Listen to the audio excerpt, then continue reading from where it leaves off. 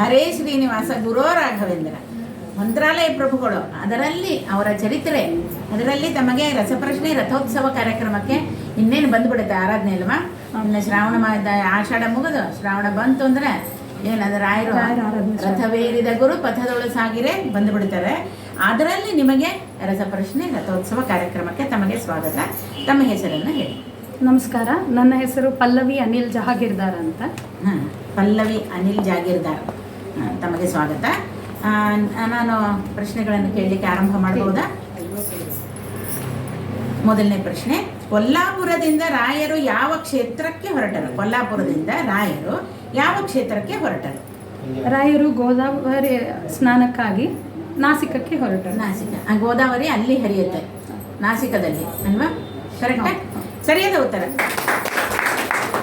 ಗೋದಾವರಿಯ ಸ್ನಾನಕ್ಕಾಗಿ ನಾಸಿಕಕ್ಕೆ ಹೊರಡ್ತಾರೆ. ತ್ರಯಂಬಕೇಶ್ವರ ಅಲ್ಲಿ ಬರುವುದು.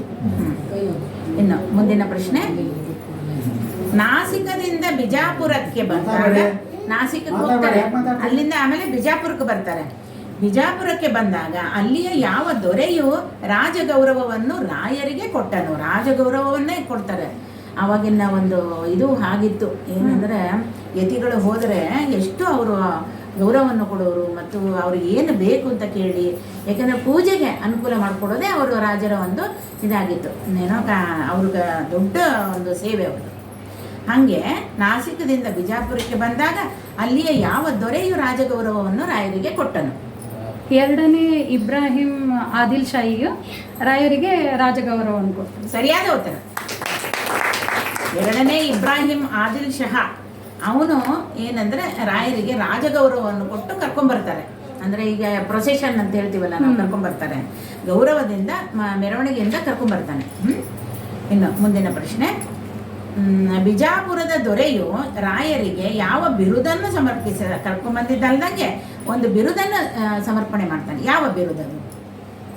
ರಾಯರಿಗೆ ಆದಿಲ್ ಶಾಹಿಯು ಜಗದ್ಗುರುಗಳು ಅಂತ. ಜಗದ್ಗುರುಗಳು, ಸರಿಯಾದ ಉತ್ತರ. ಯಾಕೆಂದರೆ ಸಾಮಾನ್ಯ ಅಲ್ಲ ಇವರು, ಯಾಕೆಂದರೆ ಅವ್ರು ಮಾಡೋ ಉಪದೇಶ ಆಗಲಿ, ಅವ್ರು ಮಾಡೋ ಸೇವೆ ಆಗಲಿ ಅಷ್ಟು ಜನರಲ್ಲಿ ಪ್ರಭಾವವನ್ನು ಬೀರಿತ್ತು. ಅದರಿಂದ ಅವರೇನು, ಇವರು ಜಗತ್ತಿಗೆ ಗುರುಗಳು ಅಂತ ಹೇಳಿ ಜಗದ್ಗುರು ಅಂತ ಅನ್ನೋ ಬಿರುದನ್ನು ಆ ದೊರೆ ಕೊಡ್ತಾನೆ. ಕೊನೆಯ ಪ್ರಶ್ನೆ ತಮಗೆ, ತಾವೇನಾರು ಹೇಳೋದು ಇದೆನಾ? ರಾಯರ ಮಹಾತ್ಮೆ ದೊಡ್ಡದು. ನಾವು ಅರ್ಚಕ ಮನೆತನದವರು ಅಂತ ಹೇಳಿದ್ರಲ್ಲ, ಅವ್ರಿಗೂ ನಾವು ಸಂಬಂಧಿಗಳು. ಅದಕ್ಕೆ ನೀವು ಸಂಬಂಧ ಅಂದ್ರೆ ಅರ್ಚಕ ಮನೆತನದಲ್ಲಿ ಅವರು ಅಂದ್ರೆ ಅಂದ್ರೆ ನಮ್ಮ ಮನೆಯವರು ಅವ್ರ ತಮ್ಮ. ಮತ್ತೆ ಅಂದ್ರೆ ಮನೆತನ ಇವರು ಇದನ್ನೇನಿದ್ದಾರೆ ಅದೇ ತಮ್ಮ. ಇನ್ನೇನು ರಾಯರು ಸಿಕ್ಕರೆ ಇನ್ನೇನು ಬೇಕಾಗಿದೆ ಈಗ? ಅವರಿಂದಲೇ ಧರೆಯೊಳ ಗುರುಗಳು ಮೊರೆ ಇಡಲಾರದ ನರರೇ ಪಾಪಿಗಳೆಲ್ಲ ಅಂತ ಹೇಳಿರುವಾಗ ಅಂತ ಒಂದು ಸೇವೆ ತಮಗೆ ಸಿಕ್ಕಿದೆ ತಮ್ಮ ಮಂಥನಕ್ಕೆ ಅಂತಂದ್ರೆ ನಿಜಕ್ಕೂ ಧನ್ಯ ಧನ್ಯ ಧನ್ಯ.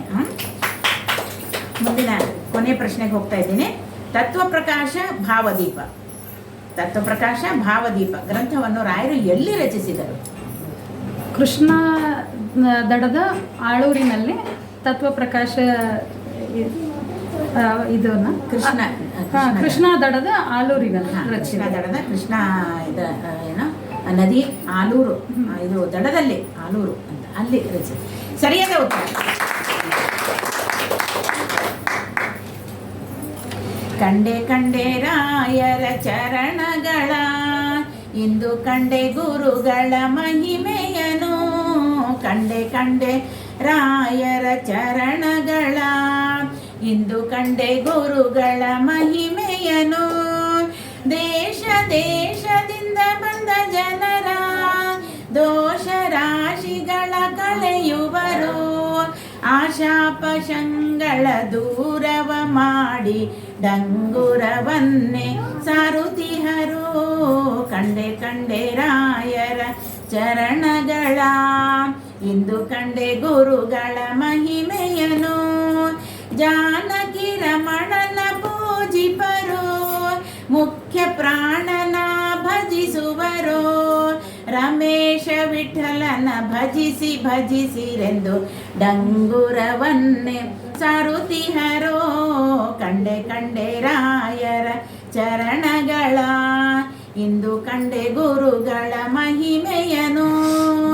ತಮ್ಮಂಥವ್ರ ಜೊತೆಗೆ ಒಂದು ಸಂದರ್ಶನ, ಈ ಒಂದು ರಸಪ್ರಶ್ನೆ ಮಾಡಿದ್ದು ಕೂಡ ನಮಗೆ ಹೆಮ್ಮೆ. ಅದು ರಾಯರದು. ರಾಯರದೇ ನಿಮಗೆ ಬಂದಿದೆ, ರಾಯರು ಹೊಲ್ದಿದ್ದಾರೆ. ಹಾಗೇನೆ ನಮಗೂ ಕೂಡ ನಾವು ಬಂದಾಗ ರಾಯರ ದರ್ಶನ ಮಾಡಿಸ್ಬೇಕು ಅಂತ ತಮಗೆ ಕೇಳ್ಕೊಂಡು ಜೊತೆಗೆ ಏನಂದ್ರೆ ಅಧ್ಯಯನ ಮಾಡಿದ್ರೆ ಹೆಚ್ಚಿನ ಒಂದು ರಾಯರ ಅತ್ಯಂತ ಪ್ರೀತರಾಗೋದು ಅಂತಂದರೆ ಅಧ್ಯಯನದಿಂದ. ಅವರು ಹೇಳ್ತಾರೆ ಈ ಮೂರು ಥರದ್ದು ಜನಗಳು ಇದ್ದಾರೆ. ನಾವು ಲೌಕಿಕ ಅಭಿಷ್ಟಗಳನ್ನು ಕೇಳೋರು, ಅಷ್ಟಾದರೆ ಬರಲಿ ಮೊದಲು, ಆಮೇಲೆ ಅವ್ರಿಗೆ ಏನಂದರೆ ಜ್ಞಾನವನ್ನು ಕೊಡೋಣ ಅಂತ ಕಾಯ್ತಿರ್ತಾರಂಥವ್ರು. ನಾವು ಕೊನೆ ತನಕ ಬರೀ ಲೌಕಿಕ ಇಷ್ಟಗಳನ್ನೇ ಕೇಳ್ತಾ ಕೂತ್ಕೊಂಡ್ಬಿಟ್ರೆ ಅವ್ರು ಬೇಜಾರಾಗುತ್ತೆ. ಅವ್ರು ಬೇಜಾರು ಮಾಡೋದು ಬೇಡ ಅಲ್ವಾ? ಅದಕ್ಕೆ ಅಧ್ಯಯನ ಮಾಡಿರಿ ಅಂತ ಹೇಳಿ ತಮಗೆ ಕೊಡ್ತಾ ಇದ್ದೀನಿ ಕಾಣಿಕೆ. ಹಾಗೇನೆ ಪರೀಕ್ಷೆ ಬರೆಯೋದಿದ್ರೆ ಖಂಡಿತ ತಿಳಿಸ್ಬೇಕು ತಾವು. ಈ ಏನಂದ್ರೆ ತಮ್ಮ ಹೆಸರು ಕೊಟ್ಟು ಇದು ಮಾಡಿ ಆಮೇಲೆ ಸರ್ಟಿಫಿಕೇಟ್ ಕೊಡ್ತೀವಿ. ನಾವು ನಮ್ಮ ವಿದ್ಯಾಲಯದಿಂದ ಸರ್ಟಿಫಿಕೇಟ್ ಕೊಡ್ತೀವಿ. ತಾವು ಬಂದು ಈ ಒಂದು ಕಾರ್ಯಕ್ರಮದಲ್ಲಿ ಭಾಗವಹಿಸೋದಕ್ಕೆ ತಮಗೆ ಅನಂತ ಧನ್ಯವಾದಗಳು.